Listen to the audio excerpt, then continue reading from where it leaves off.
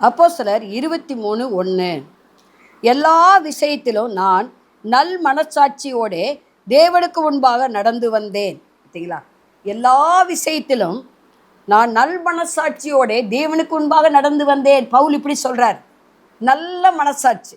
அதாவது தாவீது என்ன சொல்றாரு? சுத்த இருதயத்தை என்னில் சிருஷ்டியும், நிலைவரமான ஆவி எனக்கு புதுப்பியும், வேதனைக்குரிய வழி என்னிடத்தில் உண்டோ என்று பார்த்து நித்திய வழியில் நடத்தும் என்று ஜெபம் பண்றார்.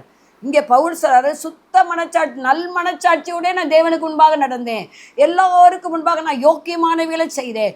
நல் மனச்சாட்சி உங்களுக்கு இருக்குதா? குற்ற மனச்சாட்சி இருக்கக்கூடாது.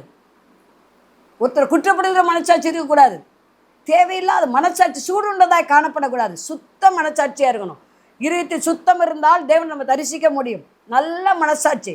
சிலர் சொல்லுவாங்க பாருங்க, மனசாட்சியை தொட்டு சொல்லு அடிப்பாங்க. உண்மையா பொய்யா? பொய்யின் இறை உடையவர்களாக இருக்கக்கூடாது. நல்ல மனசாட்சி. பொய் குற்றம் சாட்டக்கூடாது, பொய் சாட்சி சொல்லக்கூடாது. நல்ல மனசாட்சி உள்ளவனாக இருந்தேங்கிறாரு.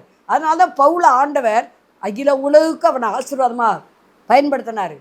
அநேக நாடுகளில் போய் சபைகளை நிறுவினார்.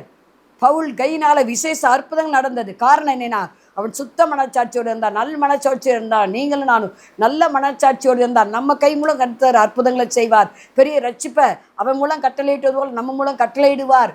பவுலோடு கர்த்தர் இருந்தார், மரித்தவனை எழுப்பினார். ஏன்னா அவனுக்குள்ள இருந்த நல்ல மனசாட்சி தான் காரணம். நீங்களும் கர்த்தருடைய மனசாட்சியை, கர்த்தர் நல்ல மனசாட்சியை, சுத்த இருதயத்தை தரும்படி ஜெபம் பண்ணுங்கள்.